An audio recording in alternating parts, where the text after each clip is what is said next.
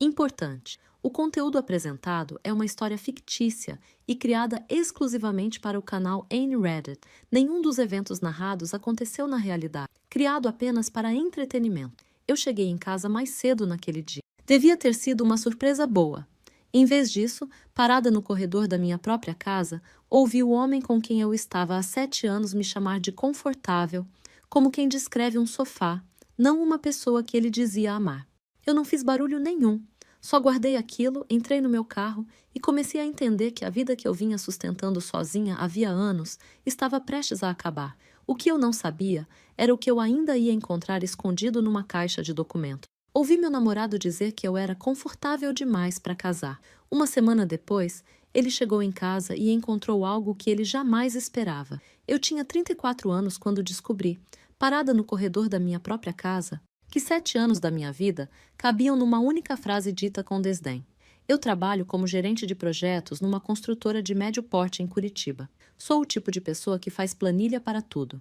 Inclusive, eu descobriria depois para o próprio fim do meu relacionamento, só que sem saber que estava fazendo isso. Aquela tarde de terça-feira, eu tinha saído mais cedo do trabalho porque uma reunião foi cancelada. 20 minutos de carro até em casa, pensando em fazer um risoto, abrir aquele vinho que estava guardado desde o aniversário do Rafael, talvez assistir alguma série boba no sofá. A gente não tinha uma noite assim havia semanas. Entrei pela garagem sem fazer barulho. Hábito antigo de quando ainda morávamos num apartamento com vizinhos sensíveis, e foi por causa desse hábito bobo que ouvi a voz do Rafael vindo do escritório, no viva-voz do celular falando com o Diego, o melhor amigo dele desde a faculdade. Não, cara, a Isabela é ótima, entende? Mas não é disso que eu tô falando. Casar é outra coisa. Ela é, sei lá, é confortável. Fácil. Não dá trabalho nenhum. Diego falou alguma coisa que eu não entendi direito. Não, eu sei que ela quer. Ela nunca fala, mas dá pra sentir. Só que eu não sei se é isso que eu quero pra minha vida inteira. Sabe? Às vezes eu penso que ainda vai aparecer alguém que me faça sentir aquela coisa. Aquele negócio de certeza. Com a Isabela é bom, é tranquilo, mas não é aquilo. Eu fiquei parada no corredor com a chave ainda na mão.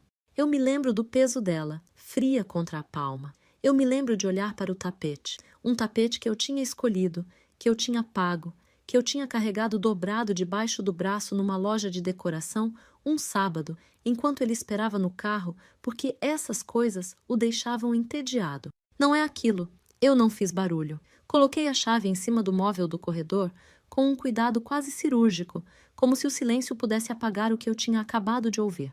Depois, saí pela mesma porta que tinha acabado de entrar. Sentei no meu carro e fiquei ali parada por um tempo que eu não soube medir, até olhar o relógio do painel. 14 minutos. Eu não chorei. Isso é uma coisa que eu preciso que fique registrada, porque quando eu conto essa história, as pessoas sempre esperam que eu tenha chorado ali. No carro, na hora. Eu não chorei. O que eu senti foi mais parecido com um encaixe, como se várias peças soltas, que eu vinha empurrando para debaixo do tapete havia anos, de repente tivessem se organizado sozinhas numa imagem que eu não queria ver, mas que fazia sentido perfeito, porque 7 anos vistos de fora parecem estabilidade. Um casal que mora junto, que divide conta, que tem rotina. Ninguém vê a arquitetura por baixo. Ninguém vê que eu era a única que pagava o condomínio em dia, porque o salário do Rafael, como representante comercial numa empresa de equipamentos industriais, vinha mais ou menos todo mês, dependendo de comissão, e que eu tinha, sem perceber muito bem quando isso começou, virado o sistema de sustentação financeira da nossa casa. Eu conheci o Rafael quando eu tinha 27. Ele tinha 30. Tinha aquele jeito de quem nunca precisou se esforçar demais para ser gostado. Carismático, engraçado nas horas certas, cheio de ideias grandes que raramente viravam ação. Eu achava isso charmoso. Eu pensava que eu era o contrapeso dele, a parte prática que fazia o barco não afundar enquanto ele sonhava. O que eu não entendia, sentada naquele carro 14 minutos depois, era que contrapeso só funciona quando as duas pontas realmente pesam, e a minha vinha carregando sozinha havia muito tempo. No começo eu não controlava as finanças da casa.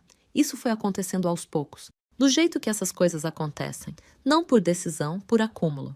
Eu abri uma planilha simples para dividir as contas. Ele nunca atualizava a parte dele, então eu comecei a atualizar por ele também. Um dia percebi que a planilha tinha virado minha, só minha, guardada numa pasta particular do Google Drive. e que ele nem sabia mais que ela existia naquele formato. Aquele hábito, anos depois, ia valer mais do que eu podia imaginar. O primeiro sinal estranho, não dramático, só uma coisa pequena que eu registrei e depois enterrei, aconteceu no nosso 4º ano juntos. Uma viagem para o litoral, aniversário dele, planejada por mim do início ao fim. No caminho, ele passou boa parte do tempo no celular, rindo baixinho, virando a tela para o lado sem perceber que estava fazendo isso. Perguntei quem era. Ele disse que era o Diego. Eu disse, ah, e olhei pela janela. Eu sei agora que eu não estava sendo paranoica. No 5º ano, eu toquei no assunto de casamento pela primeira vez. De leve, sem cobrança, do jeito que eu sempre fazia as coisas com ele, com medo de pressionar demais e assustar. Ele me beijou na testa e disse que a gente ainda estava se firmando, que era melhor esperar um pouco mais. Eu esperei. No 6º ano, ele trocou a senha do celular. Eu só soube porque precisei destravar para ele atender uma ligação enquanto ele dirigia. E a senha antiga não funcionou mais. Não perguntei nada. Disse a mim mesma que era normal trocar senha de vez em quando. Eu sei agora que eu não estava sendo paranoica. 2 semanas antes daquela tarde no corredor, estávamos no jantar de noivado da minha prima Camila. Alguém na mesa, com aquela risada leve e cheia de expectativa que as pessoas usam quando têm certeza da resposta, perguntou: "E você, Rafael? Quando é que você vai pedir açaí em casamento?" Rafael riu, apertou minha mão por baixo da mesa e mudou de assunto com aquela habilidade que eu só reconheceria depois como treino. Eu sorri o sorriso que eu vinha treinando fazia anos, aquele que promete logo, sem prometer nada de verdade. 14 minutos depois de ouvir aquela ligação, eu entrei em casa de novo, gritei um "Oi, amor, cheguei mais cedo", fingindo normalidade. E ele saiu do escritório com aquele sorriso fácil, me abraçou, perguntou se eu estava com fome. Eu disse que sim. Fizemos risoto, abrimos o vinho, assistimos série boba no sofá. Ele dormiu antes das 10, com um braço jogado sobre as minhas pernas, do jeito tranquilo de quem não carrega peso nenhum na consciência. Eu fiquei acordada olhando para o teto por muito tempo e comecei mentalmente a fazer uma lista. Na manhã seguinte, assim que ouvi o carro dele sair da garagem, liguei para minha irmã, a Bianca. Ela é advogada, trabalha com direito de família e é a única pessoa no mundo que eu confio de forma completa. Contei tudo. Ela ficou em silêncio por um segundo antes de perguntar: "O que você quer fazer?" Eu disse: "Sair." Ela disse: "Eu chego aí em 40 minutos." E chegou. Bianca chegou com um notebook debaixo do braço, um bloco de anotações e aquela expressão que ela reserva para audiências difíceis. Sentou na mesa da cozinha, ainda com o casaco vestido, e falou: "Me mostra as finanças, tudo que você tiver." Eu abri a planilha. 2 anos e meio de lançamento, mês a mês, categorizados por cor. Moradia, mercado, contas fixas, o que cada um tinha depositado na conta conjunta que usávamos para pagar o condomínio e as contas da casa. Bianca rolou a tela em silêncio por um bom tempo. "Isso aqui é extremamente detalhado", disse ela. Por fim: "Eu sou ansiosa. Ansiosa é organizada." Ela ergueu os olhos para mim. "Você sabe quanto isso vale numa disputa de bens? Documentação assim, com data e valor de cada contribuição?" Eu não sabia. Ia descobrir. Na quinta-feira, eu já tinha apartamento. Encontrei através de uma colega do trabalho, a Fernanda, que tinha um primo administrando um prédio novo perto do meu escritório. 2 quartos, luz da tarde entrando forte pela sala, valor que cabia perfeitamente no que eu ganhava sozinha. Assinei o contrato numa sexta de manhã, na própria imobiliária, com uma caneta emprestada porque a minha tinha ficado em casa. Chovia. Eu lembro de olhar para o papel assinado e sentir alguma coisa se realinhar dentro do peito. Não era alívio exatamente. Era mais como um osso voltando para o lugar depois de anos deslocado. Naquela mesma tarde liguei para o banco. Levantei o extrato completo da conta conjunta dos últimos 2 anos. Cada depósito meu. Documentado, com data e origem. Bianca conhecia uma contadora, a Renata Osório, que trabalhava havia 12 anos com perícia financeira em partilha de bens. Ela analisou minha planilha em 20 minutos e disse que minha documentação era, nas palavras dela, impecável. "Você fez isso de propósito?" perguntou, com uma nota de surpresa genuína. "Não, fiz porque eu não confiava na memória dele para essas coisas." Pois bem, deu no mesmo. A mudança aconteceu no sábado, enquanto Rafael estava numa confraternização de trabalho que ele nunca perdia. Peguei emprestada a caminhonete do marido da Bianca, o Tiago, que é grande, calado e não faz pergunta nenhuma. Exatamente o que eu precisava. Levamos livros, roupas, o violão que já era meu antes de a gente morar junto, o jogo de porcelana da minha avó, que Rafael sempre chamava de coisa de vó antiga, e que eu embrulhei um a um em jornal com todo o que aquilo merecia. Deixei a cafeteira elétrica para ele. Podia ficar com aquilo. Foi na última caixa, uma caixa velha de documentos, que ficava no fundo do armário, que eu parei.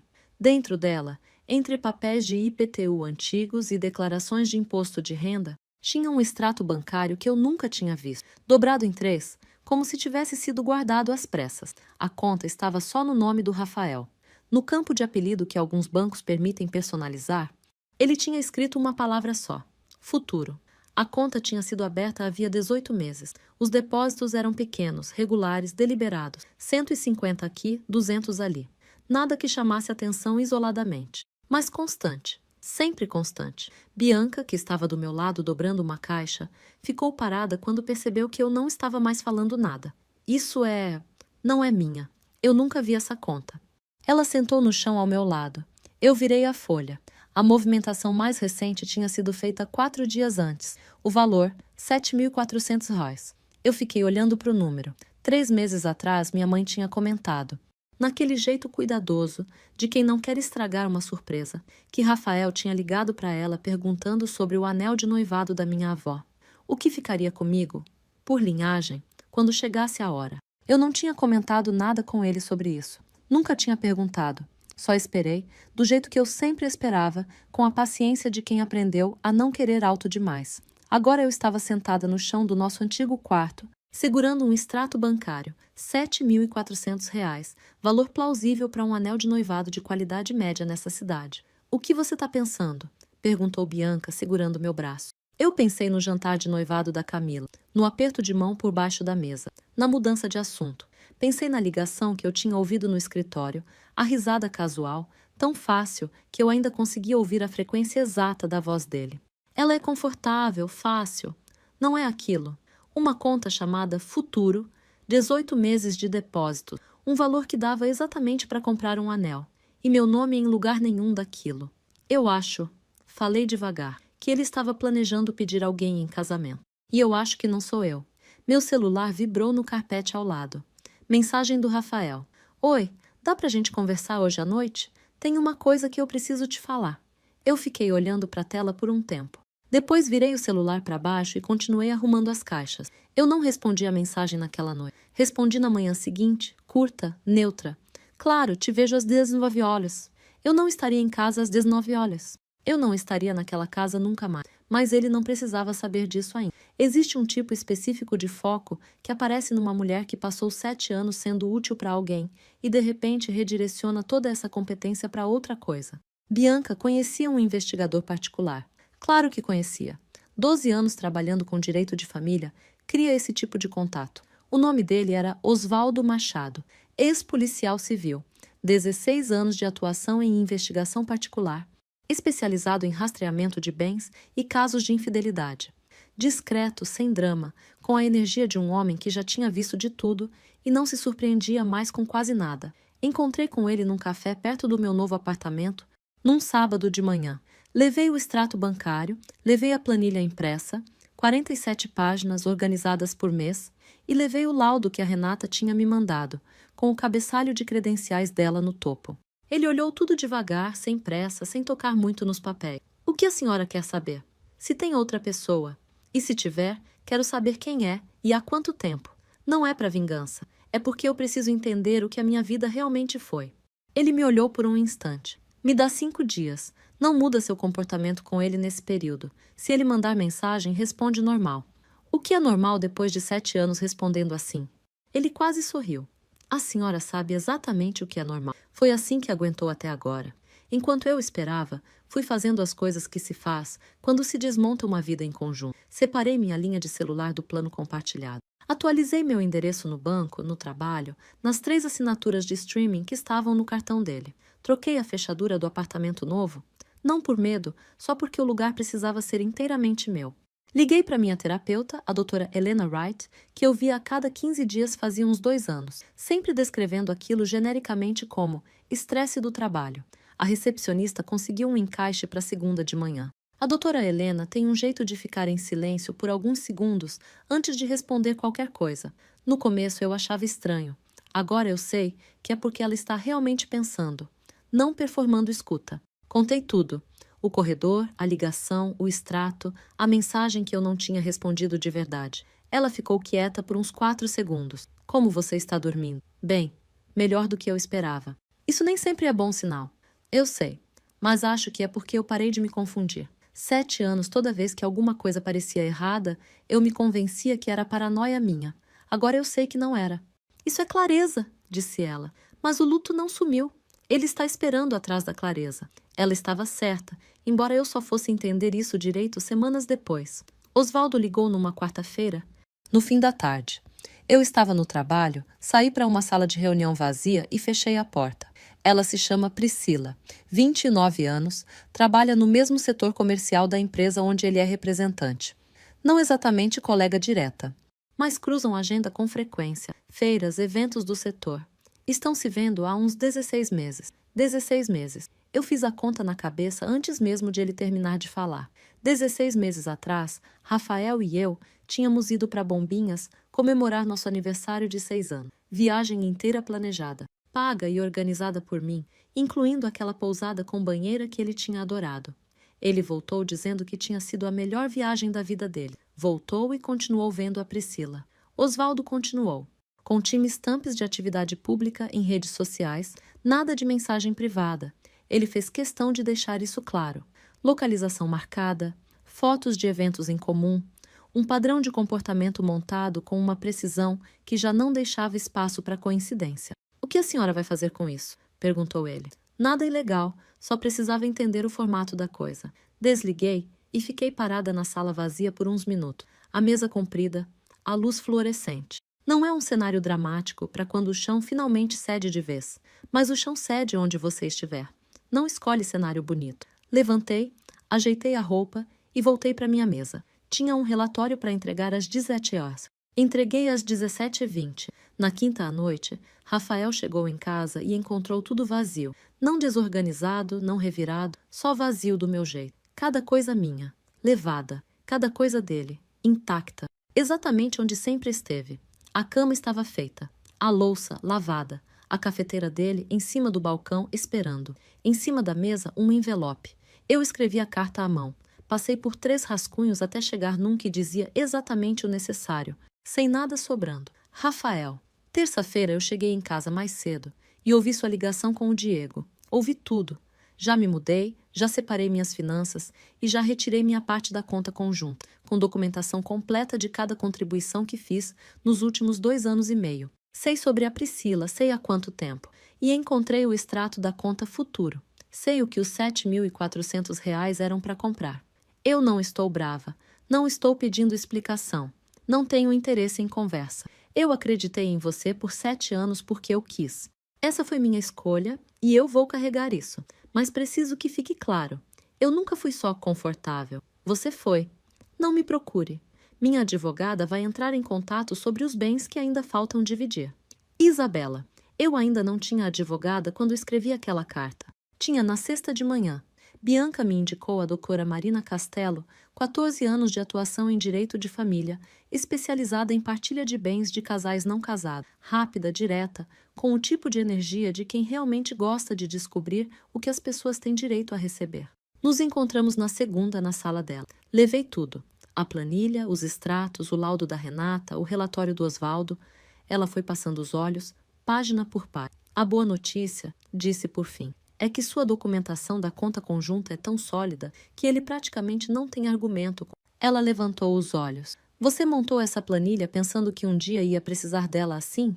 Não? Montei porque eu não confiava na memória financeira dele. Bom instinto. Ela desenhou um plano de separação documentada, não exatamente um processo, já que não éramos casados e a legislação para casais em união estável varia bastante conforme o que se consegue provar, mas uma notificação formal, reivindicando minha parte nas contribuições desproporcionais que eu tinha feito, principalmente nos períodos em que a renda dele tinha sido instável. Ele pode contestar, disse ela. Que conteste, respondi. Ela sorriu de leve. Então vamos montar o processo. Rafael me ligou 6 vezes na quinta à noite. Eu não atendi nenhuma. Mandou 17 mensagens. Eu li todas. Sei que parece pouco sensato, mas eu sou o tipo de pessoa que precisa entender a forma inteira de uma coisa antes de conseguir deixá-la para trás. As primeiras eram confusas. Onde você está? O que está acontecendo? Depois, quando ele já tinha achado a carta, Isabela, por favor me liga. Eu consigo explicar. Mais tarde. Eu sei o que parece, mas não é o que você pensa. E a última, mandada às 23h41. Eu ia te pedir em casamento. O anel, a conta, era tudo para você. Juro. Me liga. Eu li aquela 2 vezes. Depois tirei print e mandei para Bianca com a mensagem. Ele disse que o anel era para mim. Ela respondeu em menos de 1 minuto. Depois de falar para o Diego que você era só confortável 5 dias atrás, coloquei o celular para carregar e fui dormir. Rafael respondeu à notificação da Marina através de um advogado contratado às pressas, um advogado tributarista. Segundo ela descobriu, o que ela achou uma escolha curiosa para uma disputa doméstica. Em 8 dias, ele cedeu a maior parte do que eu tinha pedido. Não tinha como brigar contra a retirada da conta conjugal. A documentação era limpa demais. Abriu mão do jogo de porcelana da minha avó, do violão, dos móveis que eu tinha comprado antes de morarmos juntos. Ficou com a conta futuro. Eu não perguntei o que sobrou dela. O luto chegou num domingo de manhã, 3 semanas depois de eu ter saído. Eu estava fazendo café na cozinha nova, que ainda cheirava a tinta fresca e produto de limpeza de outra pessoa, olhando pela janela para a rua, quando me lembrei de uma manhã, uns 4 anos atrás, em que Rafael tinha tentado fazer panqueca e queimado a primeira leva inteira. A gente riu tanto daquilo. Um riso bobo, fácil, de coisa nenhuma. O tipo de manhã que parece prova de alguma coisa. Eu pensei em todas as manhãs que pareciam prova. E então, sentei no chão da cozinha nova e chorei por quase 40 minutos. Não bonito, não contido. Do jeito que o luto realmente atravessa o corpo. Feio, involuntário, completo. Depois levantei, lavei o rosto, terminei o café e liguei para Bianca. Eu chorei. Falei. Que bom, ela disse. Eu ainda vou embora mesmo assim. Eu sei que vai. Na sessão seguinte, contei isso para a doutora Helena. Ela ficou em silêncio pelos 4 segundos de sempre. O luto e a decisão certa podem existir ao mesmo tempo, disse ela. Uma coisa não invalida a outra. 2 meses depois, esbarrei com a Camila, minha prima, a do jantar de noivado, numa cafeteria perto do trabalho. Ela me abraçou forte. Como você está? Perguntou. E percebi que ela realmente queria saber. Bem, de verdade bem. Ela hesitou. Ele pediu alguém em casamento. A informação chegou. Virou, se acomodou. Foi a Priscila? A expressão dela respondeu antes da boca. Eu balancei a cabeça. Espero que ela saiba o que está pegando. Você não parece nem brava, disse Camila. Eu fiquei brava. 40 minutos num domingo de manhã. Depois eu segui em frente. Não era inteiramente verdade, e a doutora Helena diria que não era, ainda por mais alguns meses de sessões às segundas. O luto não é tão limpo assim. Mas a raiva especificamente, aquela que ficou acesa em mim desde o corredor, atravessando a assinatura do contrato de aluguel e a retirada do dinheiro do banco e a sala da advogada, essa tinha queimado inteira e limpa. Ele tinha me chamado de confortável, fácil de conviver. Não é aquilo. Ele estava certo que eu não era a mulher que ele imaginava quando pensava em aquilo. Mas o que ele nunca soube, em 7 anos sendo cuidado com carinho e competência por uma mulher que ele tratava como dado adquirido, era que aquilo não era uma categoria que ele tinha o direito de definir. Era uma categoria que eu tinha o direito de deixar. 4 meses depois de sair, fui promovida. Cargo de coordenação que eu vinha adiando pedir fazia mais de 1 ano. Porque tinha decidido, sem contar para ninguém, manter um perfil mais baixo no trabalho, enquanto Rafael passava por uma fase ruim nas vendas. Voltei a colocar meu nome na lista na 2ª semana, morando sozinha. A ligação veio numa terça, no meio da tarde. Eu estava na cozinha nova fazendo macarrão, segurando o escorredor, e ri sozinha, alto, sem ninguém para ouvir. Bianca me perguntou semanas depois o que eu teria feito se tivesse ouvido uma conversa diferente naquela terça. Se ele estivesse falando do anel, da vontade de finalmente pedir. Pensei um pouco antes de responder. Acho que eu ia ficar muito feliz por uns 2 meses. E depois eu ia estar exatamente onde eu já estava antes, só que com um anel no dedo e muito mais difícil de sair. Ela balançou a cabeça, concordando. O corredor foi a coisa mais gentil que ele já fez por mim. Falei. Só que ele nunca vai saber disso. Os meses seguintes tiveram um ritmo estranho, não de reconstrução dramática, mas de coisas pequenas se acumulando de novo, do meu jeito, sem ninguém mais decidindo o formato delas. Comecei a comprar plantas para o apartamento novo. Rafael nunca gostava de ter coisas vivas espalhadas. Como ele dizia, achava que dava trabalho, que enchia a casa. Eu não sabia até então que eu gostava de cuidar de coisas que precisam de atenção. Matei as 3 primeiras samambaias em sequência. A quarta sobreviveu. Fiquei desproporcionalmente orgulhosa disso. Voltei a cozinhar para mim mesma. Não para impressionar ninguém, nem para manter a paz em jantares de família, onde Rafael sempre chegava atrasado. Comecei um curso de cerâmica às quintas à noite. Uma coisa que eu tinha comentado anos atrás que gostaria de tentar, e que ele tinha respondido com um "que legal", tão vago, que eu nunca mais toquei no assunto. A primeira tigela que fiz saiu torta, com uma borda mais alta de um lado. Guardei ela na estante da cozinha bem à vista. Gosto de olhar para ela. Minha mãe, que tinha comentado meses antes sobre a ligação de Rafael perguntando pelo anel da avó, veio me visitar num fim de semana. Sentou na minha sala nova, olhou em volta e disse meio sem jeito: "Eu deveria ter te contado sobre aquela ligação na hora. Você não sabia o que aquilo significava." Mãe, eu também não sabia. Eu achei estranho. Ele perguntou de um jeito que parecia mais burocrático do que animado, tipo quem pergunta o valor de uma coisa, não o significado dela. Aquilo ficou comigo por um tempo. Fazia sentido, de um jeito retrospectivo e desconfortável, com tudo que eu tinha descoberto depois. Bianca continuou aparecendo, do jeito que só uma irmã que também é advogada de família consegue aparecer. Meio profissional, meio absolutamente pessoal.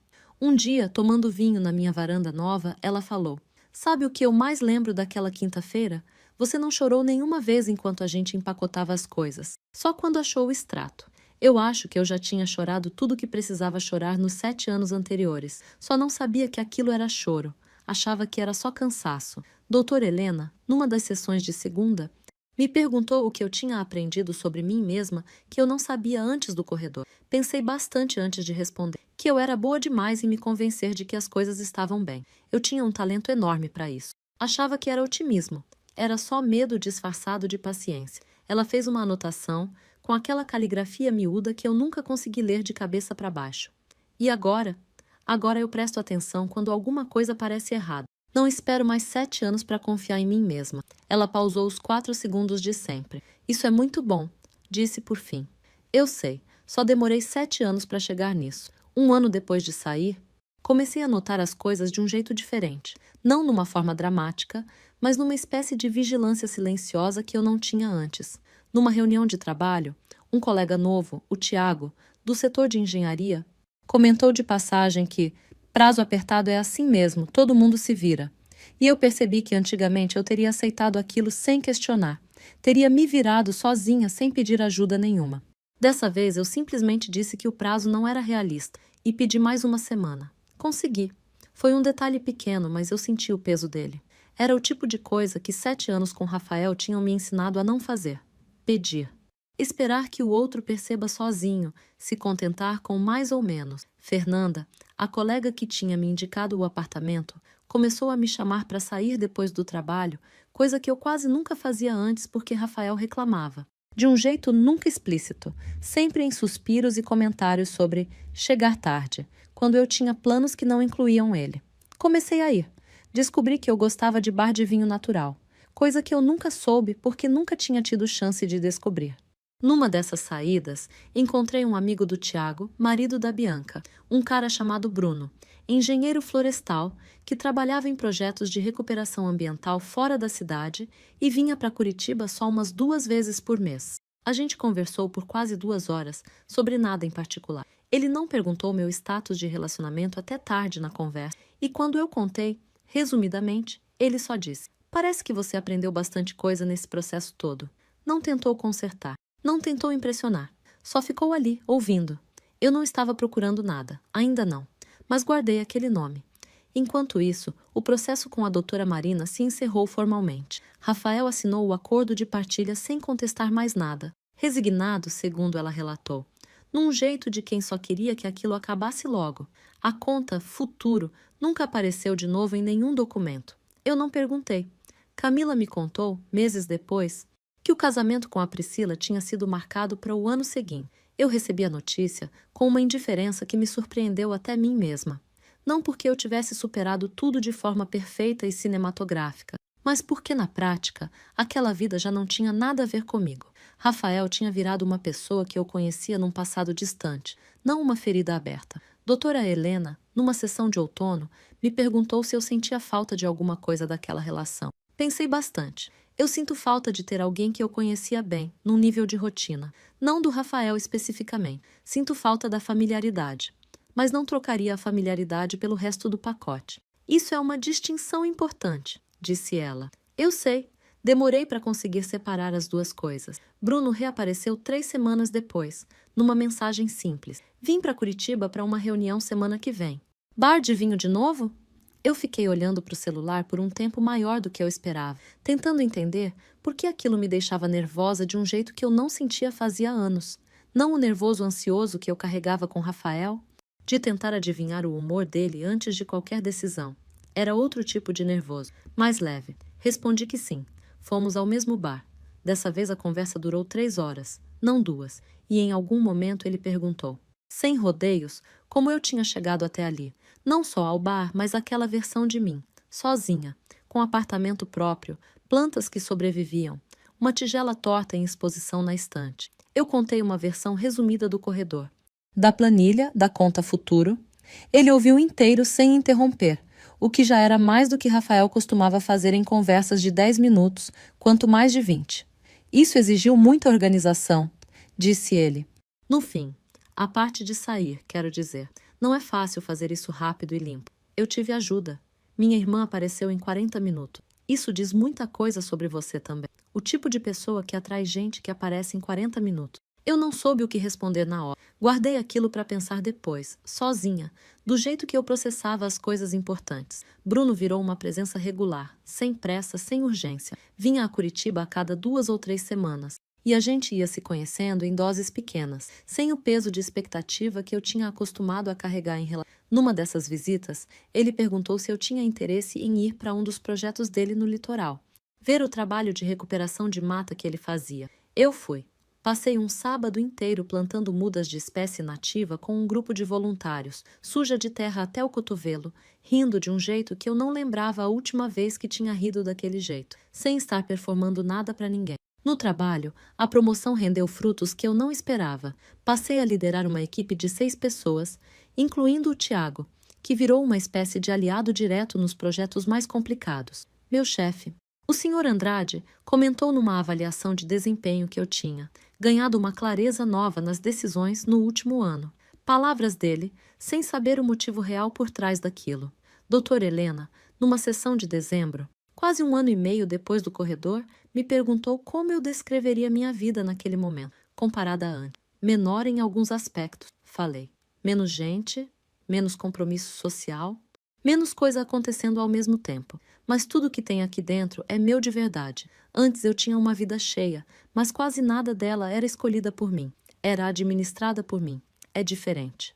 Isso é uma distinção enorme, disse ela. Eu sei. Levei 7 anos para aprender a diferença entre administrar uma vida e viver uma vida. Ela fez a pausa de sempre, os 4 segundos, e então sorriu. Coisa rara nela. Você fez um bom trabalho, Isabela. Eu tive ajuda, respondi. Mas sim, eu fiz. 2 anos depois daquela terça-feira no corredor, eu recebi um convite de casamento que eu não esperava. Não o de Rafael e Priscila, que já tinha acontecido fazia mais de 1 ano e sobre o qual eu só soube por terceiros, mas o da própria Camila, minha prima, que finalmente ia se casar com um namorado de longa data. A lista de convidados, inevitavelmente, incluía pessoas do círculo antigo. Incluía Rafael. Eu pensei em recusar o convite só por segurança emocional. Liguei para a doutora Helena antes da sessão marcada, coisa que eu quase nunca fazia. Você tem medo de ir ou medo de descobrir que não tem mais medo? Perguntou ela, depois dos 4 segundos de sempre. Fiquei em silêncio um tempo maior que o dela. A segunda opção, admiti. Então vá. Fui com Bruno. A essa altura já fazia 1 ano e meio que a gente estava junto, num ritmo que nunca tinha a urgência nervosa que eu conhecia de antes. Só continuidade, escolhida todo dia de novo, sem drama. Ele não sabia exatamente quem era Rafael até eu apontar discretamente do outro lado do salão, perto do bar, ao lado de uma mulher loira de vestido azul, que só podia ser a Priscila. É ele, falei, baixinho. Bruno olhou por 2 segundos sem curiosidade excessiva e voltou a atenção para mim. Quer ir embora? Não, Quero um drink. A noite passou de um jeito estranhamente banal. Conversei com primos que eu não via fazia anos. Dancei com Bruno de um jeito bobo demais para ser elegante. Ri de verdade várias vezes. Rafael me viu de longe umas 2 vezes e nas 2 eu percebi ele hesitar, como se calculasse se devia se aproximar. Não se aproximou. Foi só perto do fim da festa, quando eu estava sozinha por um instante buscando água no bar, que ele apareceu ao meu lado.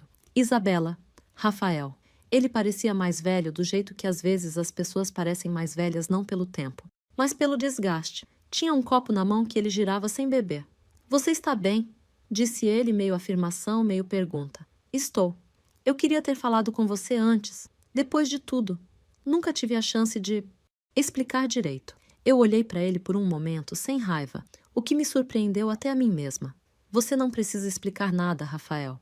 Eu já entendi tudo sozinha, com um extrato bancário e uma ligação que eu não devia ter ouvido. Mas ouvi.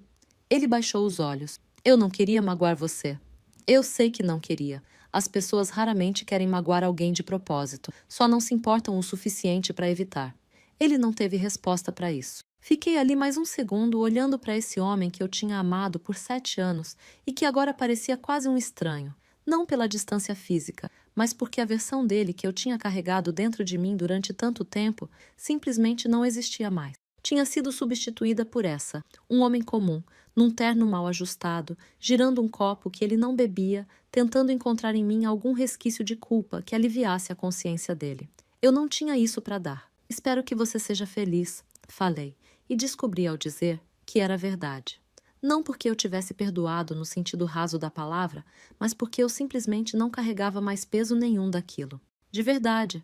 Obrigado, disse ele baixo. Voltei para a mesa onde Bruno estava. Ele não perguntou o que tinha sido dito, só segurou minha mão por um momento, sem fazer disso um gesto grande. Foi então, olhando aquele salão cheio de gente que eu conhecia desde sempre, que eu entendi uma coisa que a doutora Helena vinha tentando me mostrar fazia meses, numa versão que eu só conseguia sentir naquele exato instante. A vingança que eu não tinha planejado, que eu nunca tinha buscado ativamente, já tinha acontecido havia muito tempo. Não foi um gesto dramático. Não foi humilhação pública, nem retaliação calculada. Foi simplesmente isto. Eu tinha construído uma vida da qual Rafael não fazia mais parte. E essa vida era, sem exagero nenhum, melhor do que a que eu tinha antes. A vingança real não foi o extrato bancário, nem a retirada limpa do dinheiro, nem a carta deixada em cima da mesa. Embora tudo isso tivesse sido necessário, justo, e eu não me arrependesse de nenhuma linha daquela carta. A vingança real foi essa. 2 anos depois, eu estava numa festa de mãos dadas com alguém que me escutava de verdade, dirigindo uma equipe que eu tinha conquistado por mérito, morando num apartamento cheio de plantas que eu mantinha vivas, com uma tigela torta na estante que eu tinha feito com as próprias mãos. E Rafael estava ali, do outro lado do salão, girando um copo que não bebia, tentando entender por que a mulher que ele tinha chamado de confortável parecia agora inteiramente fora do alcance dele. Ele não soube naquela noite, e talvez nunca vá saber, que o corredor tinha sido a coisa mais generosa que a vida já tinha feito por mim. Não porque doeu pouco, doeu, e doeu por meses, em ondas que apareciam quando eu menos esperava, mas porque aquela dor tinha me devolvido a mim mesma, peça por peça, numa velocidade que eu nunca teria escolhido sozinha, mas que hoje eu reconheço como necessária. Bianca me perguntou, semanas depois do casamento da Camila, como tinha sido rever Rafael. Estranho, falei. Não doeu do jeito que eu esperava. Doeu de que jeito? Então, pensei um pouco antes de responder. Não doeu nada. E isso, de um jeito meio assustador, doeu mais do que se tivesse doído. Ela riu, entendendo exatamente o que eu queria dizer. Hoje, quando alguém me pergunta sobre aqueles 7 anos, eu não conto a história como uma tragédia. Conto como um treinamento involuntário. 7 anos aprendendo, do jeito mais difícil possível, a diferença entre ser amada e ser conveniente, entre esperar em silêncio e exigir com clareza, entre administrar uma vida e realmente vivê-la. Se essa história chegou até você num momento parecido com o meu, parada num corredor, ouvindo alguma coisa que você não devia ter ouvido, sentindo aquele encaixe frio de peças que finalmente fazem sentido, eu só tenho uma coisa para dizer. Ligue para alguém que chega em 40 minutos. Você vai descobrir, do jeito mais rápido e mais claro possível, que a vida que você estava sessões segurando com as 2 mãos nunca foi tão frágil quanto parecia. Ela só estava esperando você soltar as mãos de alguém que nunca segurou de volta. O que essa história revela não é só uma traição. É um padrão comportamental que se repete com uma frequência assustadora. A Isabela não foi enganada da noite para o dia. Ela foi, ao longo de 7 anos, treinada a ignorar os próprios instintos, a rotular cada sinal de alerta como exagero, como insegurança, como paranoia. Esse é o mecanismo mais silencioso da negligência emocional. Não é a mentira que mais machuca, é a quantidade de vezes que a própria pessoa se convence de que não viu o que viu. Quando ela finalmente parou de duvidar de si mesma, tudo o que precisava fazer já estava documentado, organizado, pronto. A pergunta que fica não é se ela devia ter saído antes, é quantas mulheres agora mesmo estão fazendo exatamente o que ela fez por 7 anos, se convencendo de que estão exagerando. Você já teve aquele momento de clareza total, onde tudo que você vinha ignorando finalmente fez sentido de uma vez? Conta aqui nos comentários. E se essa história te atingiu de algum jeito, deixa o like e se inscreve, porque a próxima pode ser ainda mais forte.